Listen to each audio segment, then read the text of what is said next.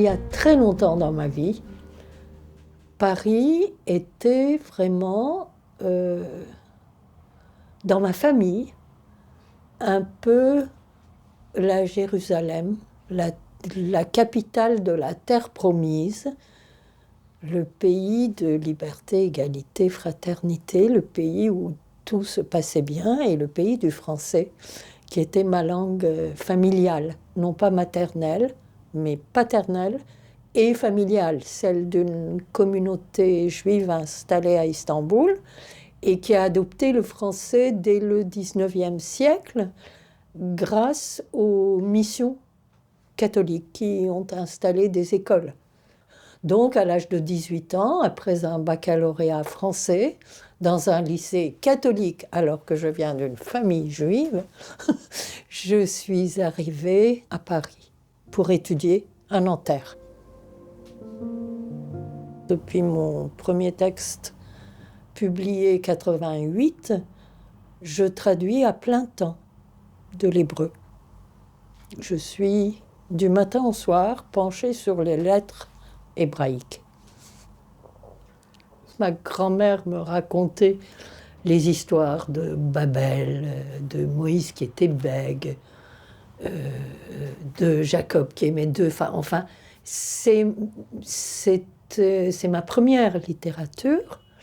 Quand j'ai appris l'hébreu et que j'ai eu accès à ces mots qui sont chargés d'un poids inimaginable, qui est celui du mythe, qui ont aussi une obscurité extrêmement ancienne. Donc, j'ai beau prendre et reprendre des passages que je connais, que j'ai lus, j'ai beau prendre des commentateurs qui m'aident à comprendre, parce qu'on n'interprète pas la Bible comme ça.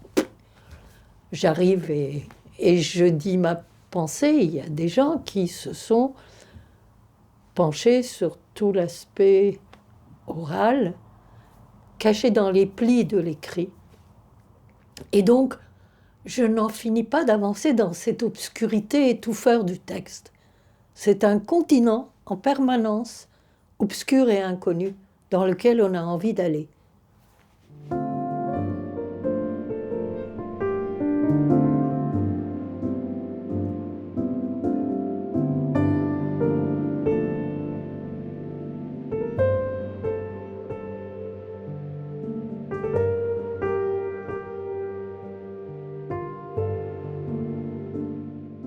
Chère Osy, j'ai navigué à l'oreille en suivant le fil de votre vie cosmopolite, en imaginant cette enfance bercée de tant de voix, de sons, de cultures différentes. Dans votre livre, les langues sont à la fois des sujets de rupture, d'ancrage, de mémoire et d'oubli, de rencontres et de révélations. Comment ne pas penser à Babel en vous lisant ? J'aimerais prolonger cette lecture en parlant avec vous de la Bible hébraïque à laquelle nous sommes, vous et moi, par des chemins différents, fortement attachés.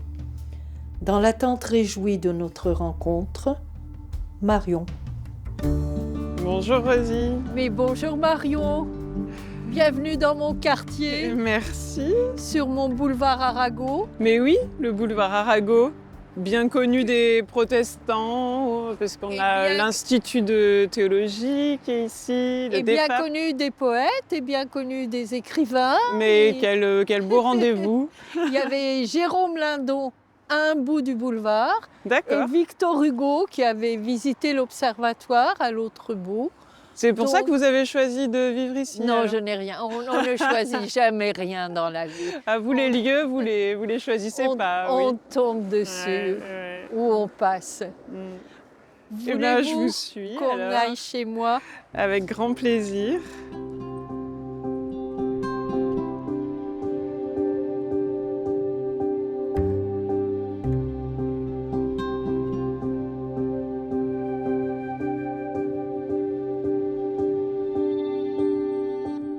Ce qui est très fort aussi dans votre livre, c'est que c'est une image sonore presque de toute une partie tragique de l'histoire du XXe siècle. et qui se joue beaucoup entre votre mère et vous autour de la question de la langue.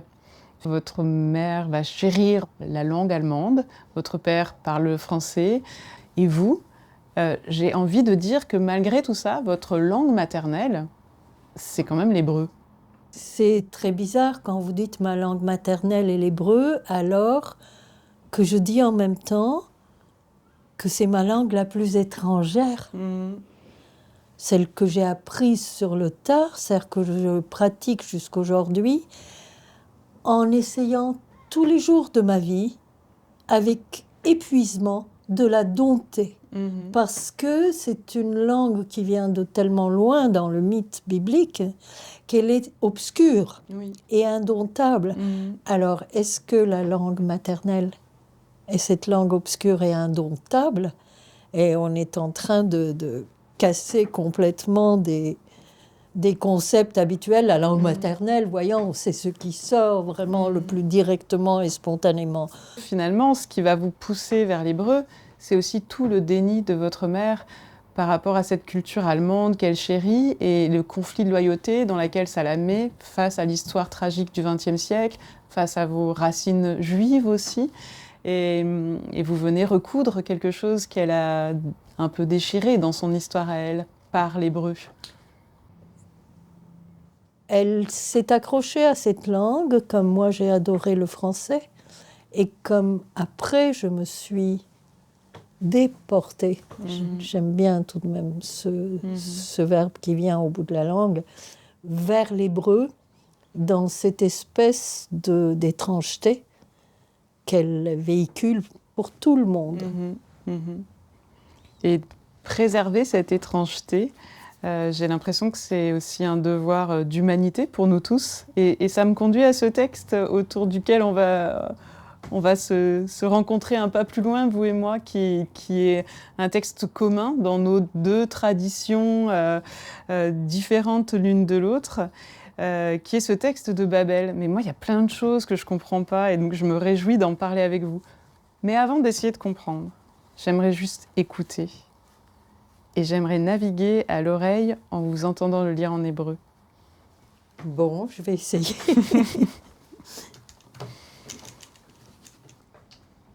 Bereshit Yud Aleph. Vayehi kol haaretz safa achat udvarim achadim.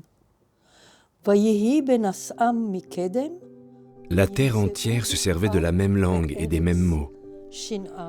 Or, en se déplaçant vers l'Orient, les hommes découvrirent une plaine dans le pays de Shinéar et y habitèrent. Ils se dirent l'un à l'autre, « Allons, moulons des briques et cuisons-les au four. » Les briques leur servirent de pierre et le bitume leur servit de mortier. « Allons, dirent-ils, bâtissons-nous une ville et une tour dont le sommet touche le ciel. Faisons-nous un nom afin de ne pas être dispersés sur toute la surface de la terre. »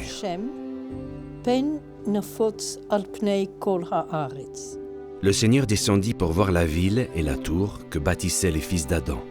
« Eh, dit le Seigneur, ils ne sont tous qu'un peuple et qu'une langue, et c'est là leur première œuvre. Maintenant, rien de ce qu'ils projetteront de faire ne leur sera inaccessible. Allons, descendons et brouillons ici leur langue, qu'ils ne s'entendent plus les uns les autres. » De là, le Seigneur les dispersa sur toute la surface de la terre, et ils cessèrent de bâtir la ville. Aussi lui donna-t-on le nom de Babel, car c'est là que le Seigneur brouilla la langue de toute la terre, et c'est de là que le Seigneur dispersa les hommes sur toute la surface de la terre. Umisham hefitzam Hashem al pnei kol haaretz. Merci, Rosie. C'est très difficile de bien lire l'hébreu biblique, pas l'hébreu moderne, parce qu'il faut bien vocaliser et bien voir la ponctuation, enfin la vocalisation. Les tout petits points, les tout petits Les traits. tout petits points qui sont des « et », des « a », Oui. et qui changent le sens du mot immédiatement. Donc, Voilà, on a peur alors que je ne lirai pas comme ça en français, voyez-vous. Pour vous, c'est quoi les gros enjeux de traduction de ce texte alors ? D'habitude, c'est moi qui me pose ces questions quand je prépare des textes pour les rencontres, mais alors là, je me laisse porter par la traductrice. Le texte biblique est en permanence à la fois très concentré, très poétique, et chaque mot signifie, sans aucune préoccupation esthétique, mais en permanence poétique, c'est-à-dire que son et sens vont tout le temps ensemble et signifient quelque chose. Alors, je ne peux pas en français, par exemple, quand il parle de « faisons des briques et cuisons-les », en hébreu, ça dit « briquetons des briques oui. »,« enflammons des flammes », pour dire faisons-les cuire oui. dans un four.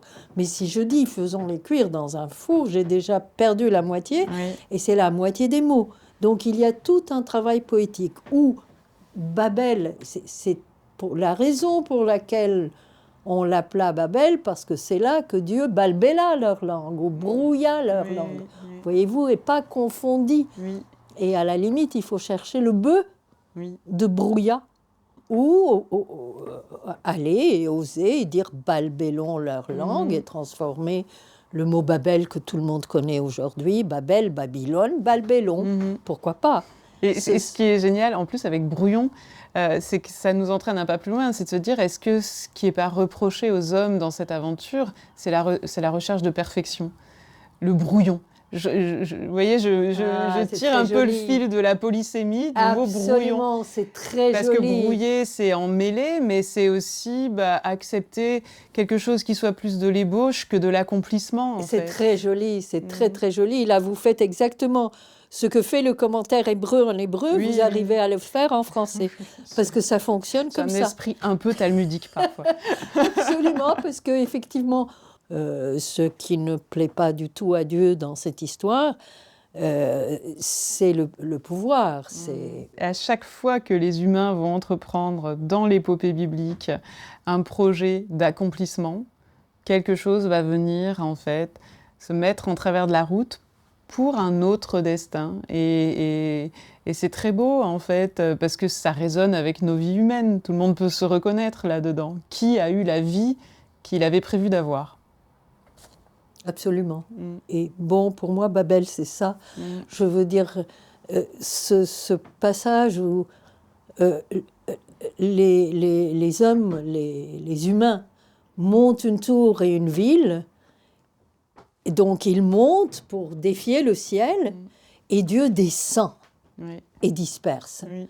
Et il fait exactement le mouvement contraire. Et j'aime beaucoup cette dispersion horizontale. Oui, et ça, c'est quelque chose qu'on entend plus rarement sur Babel, c'est aussi que leur intention, elle est pas seulement de monter en hauteur, mais d'être très rassemblés. Faisons-nous un établissement durable pour ne pas nous disperser sur toute la face de la Terre. Il y a une recherche d'unité. On a l'impression que c'est un mot positif, l'unité. Et quelque part, c'est à ça que Dieu va résister. C'est à cette prétention de totalitarisme quasiment. C'est peut-être un peu exagéré de le dire, mais il y a un projet totalisant dans Babel. Cohérent, trop lisse, trop parfait. Tout le monde au même endroit, tout le monde la même langue.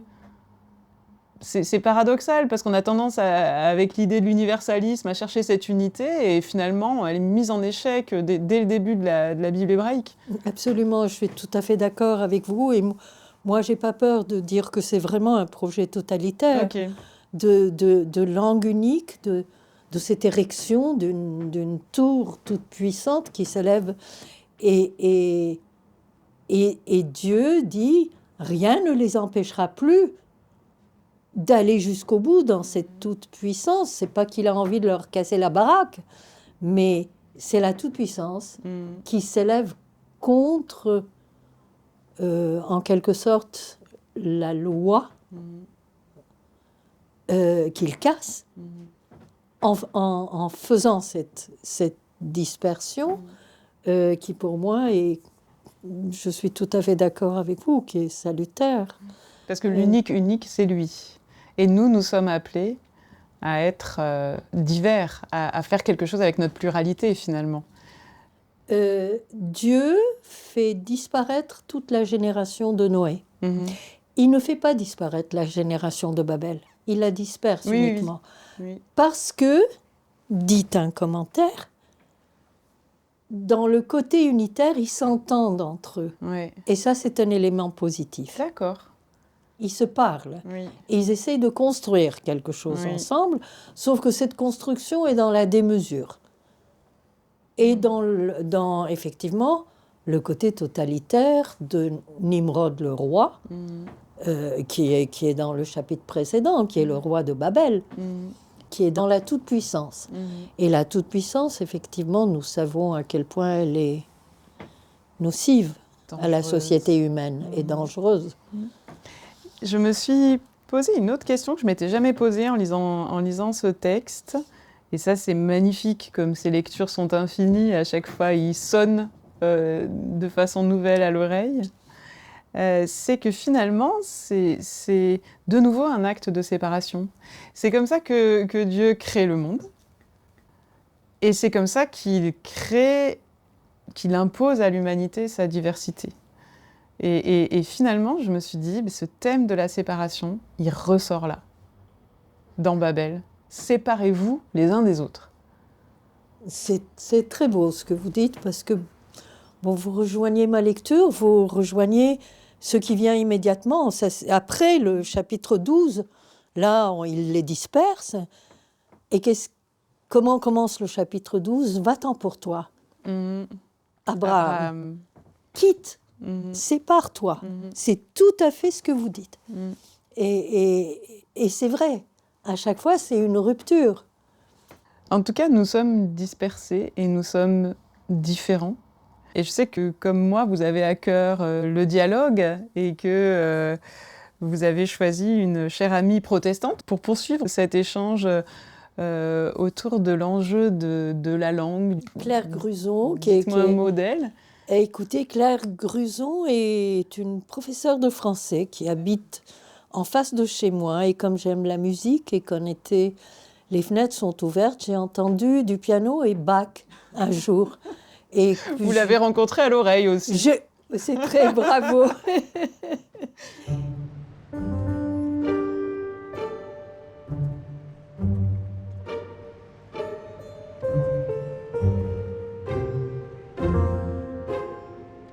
Alors vous allez me faire rencontrer Claire. Ma voisine, avec laquelle on échange à la fois sur la littérature française et sur la Bible, qu'elle connaît, qu'elle pratique. En bonne protestante. Voilà, c'est le plaisir, c'est absolument le plaisir du rapport que vous avez au texte hébraïque. Qui me plaît beaucoup. Qui nous fait un point de rencontre. Absolument, absolument. Ah mais voilà alors. On arrive à la maison fraternelle. Bonjour Claire. Bonjour Marion. Enchantée. Bonjour. Salut Rosie. Salut Claire. Bonjour, je m'appelle Zahira. Enchantée Zahira. Bonjour Zahira. Enchantée, bonjour. Voilà. Merci de nous accueillir alors. Rosie. Le temple, il est juste à côté alors Non, pas tout à fait. C'est là qu'on fait le culte aussi, dans cette salle. D'accord. Ah oui. C'est à toi. Moi, j'aime trop ici. C'est vrai, c'est des bons souvenirs ou... Exactement. On est chez nous, ici. Merci de faire de cet espace chez nous aussi, en tout cas pour ce matin. De rien, avec plaisir. Bon alors, Rosie, vous me faites rencontrer Claire. Et Claire, vous nous amenez ici et vous nous faites rencontrer Zahira. C'est quand même incroyable. Oui. Absolument, Voilà. et quelle rencontre. Et quelle rencontre. Mais où est-ce qu'on est ici, Claire ? C'est un lieu important pour vous Alors vous aussi, Zahira ? Ici, on est à la maison fraternelle, qui est une espèce de maison de quartier protestante, et une espèce de ruche aussi, où il se passe énormément de choses, et notamment l'accueil des familles exilées par le diaphra, qui est le diaconat fraternel de notre paroisse, Port-Royal, quartier latin. Et donc, c'est quand même génial Parce que moi, je rencontre d'abord Rosie qui me ramène, en fait, dans mes terres protestantes. C'est rigolo. Et puis vous, Zahira, vous avez encore toute une autre épopée pour arriver jusqu'ici. Et ce lieu, il représente quoi pour vous aujourd'hui ? Moi, je suis arrivée au Diafra la première fois pour avoir un colis alimentaire. J'étais dans une grande difficulté, sans papier, sans ressources. On était hébergés avec 115. Hébergés avec le avec SAMU le 115, social. oui. Le SAMU social, Ouais. oui. Et c'est vrai, quand je suis arrivée, j'ai vu devant la porte, je vois la croix et j'ai lu Église protestante, maternelle, maison fraternelle protestante. Je m'arrêtais et je ne suis jamais rentrée dans ma vie dans une église. J'ai eu la peur, peut-être ça va mal passer, peut-être c'est que pour les protestantes, peut-être ne savent pas je suis une musulmane. J'avais tellement des questions dans ma tête. J'avais envie de retourner et aussi envie de descendre, rentrer. Heureusement, j'ai rentré. Heureusement. Et à ce jour-là, ça a changé ma vie. Ouais. J'étais très bien accueillie. J'étais nourrie avec l'amour, avec... je ne sais pas comment s'exprimer pour traduire ça. Mais vous le rendez bien aujourd'hui, j'ai Exactement. l'impression. En fait, il circule cet amour. Exactement. Ouais. Grâce au Diafra, grâce aux protestantes, je me ressentis un humain. Je me retrouvais comme un humain. Aujourd'hui, grâce au Diafra, grâce aux protestants, j'ai pu avoir des amis. Je me sens plus toute seule. Je suis absolument ravie de découvrir ce lieu parce que pour moi, il est comme un écho de ce qui m'a interpellée et dont j'ai parlé à Claire dans mon quartier, qui m'importe beaucoup, et où je vois sur le trottoir d'en face, en diagonale de ma fenêtre, des immigrés, des sans-papiers qui sont accueillis à côté du temple de Port-Royal, devant lesquels je passe quotidiennement. Et donc, quand Zahira parle du colis alimentaire, ce sont des choses que je n'ai pas vécues. En revanche, ce que j'ai vécu, c'est la queue à 6 heures du matin à la préfecture de police avec des papiers qui manquaient sans arrêt. Et où il fallait retourner et craindre qu'il manque encore un papier et ne pas pouvoir s'inscrire à l'université, ne pas avoir de chambre parce que la personne accueillante vous regarde et vous dit « Ah, vous êtes turc ?» Ça fait mal au cœur. Ça fait mal. Ça fait mal. En fait, pour tout vous dire, Zahira, on se retrouve aussi autour du livre de Rosie, mais aussi autour d'un texte de la Bible, qui est notre texte, un texte commun, en tout cas pour la Bible hébraïque, pour le judaïsme et pour nous protestantes. Et on parle d'un texte qui s'appelle Babel, la tour de Babel. Ça vous dit quelque chose ou pas forcément, hein?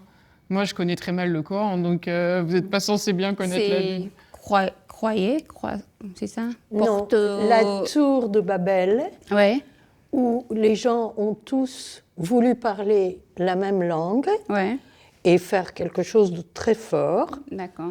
Et Dieu arrive, il descend, il casse la tour et il disperse les gens. Ils parlaient la même langue, personne ne comprend plus la même langue et ils sont obligés après d'être dispersés et d'essayer de s'entendre. Non. C'est l'histoire de Babel. D'accord. C'est exactement la même chose. Voilà, c'est exactement, c'est la même chose. Mais oui. Ce qu'on fait maintenant, aujourd'hui. Voilà. Le Seigneur descendit pour voir la ville et la tour que bâtissaient les fils d'Adam. Et, dit le Seigneur, ils ne sont tous qu'un peuple et qu'une langue, et c'est là leur première œuvre. Maintenant, rien de ce qu'ils projetteront de faire ne leur sera inaccessible. Allons, descendons et brouillons ici leur langue, qu'ils ne s'entendent plus les uns les autres. Claire, comment vous comprenez ce texte ?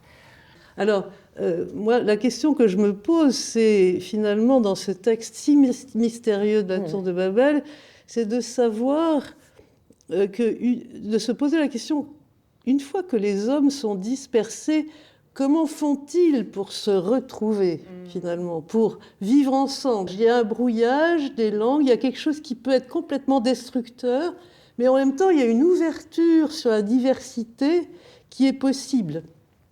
Et alors peut-être qu'il faut dire qu'il y a la loi qui est donnée à Moïse, les commandements, c'est-à-dire finalement peut-être ce qui permet de se mettre en chemin vers un monde où les hommes se comprennent et ne s'entretuent pas. Et même, je dirais que le commandement, un des commandements principaux finalement, qui permet de se sortir du drame de Babel, c'est « tu aimeras ton prochain comme toi-même », qui est finalement un commandement qu'on peut concevoir comme un ordre, mais moi je le vis plutôt comme une promesse finalement. Et c'est peut-être Babel aussi un rêve d'universalité. Mettons-nous ensemble, parce que sinon nous allons être dispersés. Mais à condition de concevoir l'universalité comme non pas comme une uniformité absolument détestable, mais comme quelque chose qui accueille la diversité humaine. Un brouhaha. Un brouhaha, oui. Ben merci à chacune d'entre vous de tisser ce tissu humain. Et on est tous à égalité, en fait, pour tisser ce tissu, parce qu'on en a tous autant besoin les uns que les autres. Tout à l'heure, je disais, pour faire un bouquet, on a besoin de différentes fleurs. Nous, quand on est ensemble, moi, je trouve que c'est un bouquet, un bon bouquet. Différentes religions, différentes cultures, ça. Mais ça ne dérange pas d'être ensemble. On a besoin d'un vase, on n'a pas besoin d'une tour. Pas du tout, pas du tout.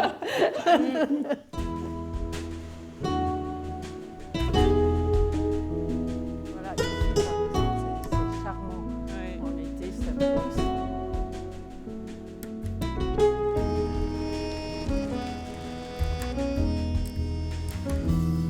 Bon, je vous ai fait faire un petit exercice d'écriture. Oui, j'ai essayé. Un peu à la suite de tout ce que nous nous sommes dit. Oui, je ne sais pas, vous allez me dire ce que ça donne, je n'en sais rien. Je vous écoute en tout cas, avec grand plaisir. Vous ne pouvez pas parler comme tout le monde, disent certains, quand ils entendent quelqu'un parler dans une langue qu'ils ne connaissent pas et ne veulent pas connaître. Ils veulent que tout le monde parle comme tout le monde, comme les gens de Babel. Ils veulent rester entre eux, chasser l'étranger, l'intrus, avec son odeur, sa langue et sa différence. Pour ma part, j'aime la dispersion. Elle me fait penser au vieux Larousse de mon enfance. Je sème à tout vent, où j'imaginais tous les mots du dictionnaire et s'aimer et s'envoler de bouche en bouche, de langue en langue, de poème en chanson. Tendez l'oreille, et je suis sûre qu'à moins de vouloir être sourd, vous entendrez, me comprendrez. Je crois que je vous comprends, Rosie. Bon, avant de se disperser, on continue notre petite promenade. Avec plaisir. Je ne me souvenais pas de cette image sur le Larousse, là. Tout à coup, vous m'avez réveillé un souvenir d'enfance. Ouais. Ah, mais je le... Avec l'image des grains, là, comme ça, comme du pissenlit. Et d'une très jolie jeune femme qui souffle dessus, ouais, sur un pissenlit. Sur un pissenlit, sur une fleur. Ouais. Ah, c'est beau. Et c'était en plus le dictionnaire de mon père, de son enfance à lui, donc il me l'avait passé. Maintenant, je me souviens. Et il avait des toutes minuscules illustrations en noir et blanc. Ouais, c'est ça. Mais moi,